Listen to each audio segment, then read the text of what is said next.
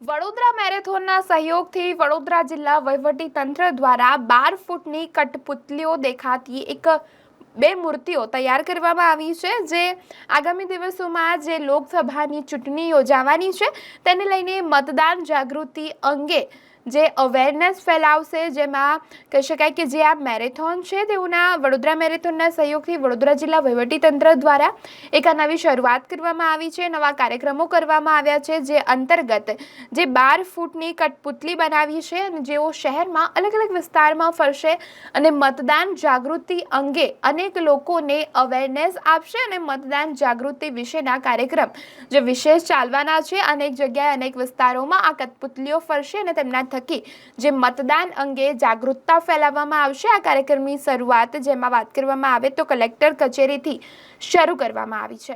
Vadodara marathon એ આપણા શહેરની એક પહેચાન બની ગઈ છે। આજે ફિટનેસ સંસ્કૃતિની જોડે જોડે નાગરિકોની જે એક જવાબદારી છે શહેર અને રાષ્ટ્ર તરફ, એનો એક ખૂબ જ સુંદર કાર્યક્રમ આયોજન થયો છે।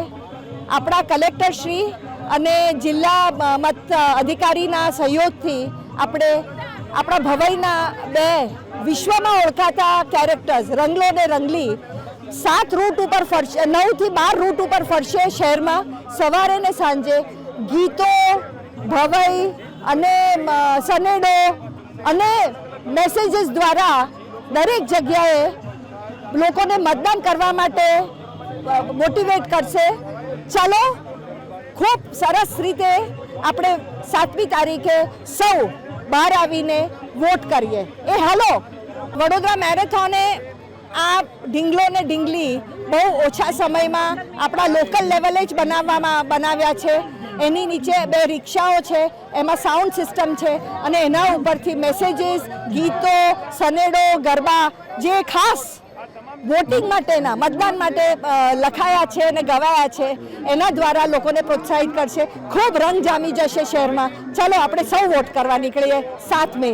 એ હાલો, આજે મેસ્કોટ ટીમ સ્વીપ અને વડોદરા મેરેથોન દ્વારા જે આ મેસ્કોટ આજે લોન્ચ કરવામાં આવ્યા છે, તો વડોદરા જિલ્લામાં શહેર અને જિલ્લામાં જ્યાં જ્યાં ઓછું મતદાન થયેલું છે, મહિલા અને પુરુષ મતદારોના મતદાનમાં ડિફરન્સ છે, ત્યાં તમામ રૂટમાં ફરશે અને લોકોને એક મેસેજ દ્વારા જાગૃતતા ફેલાવશે કે તારીખ 7મી મે 2024ના રોજ આપ અવશ્ય મતદાન કરજો।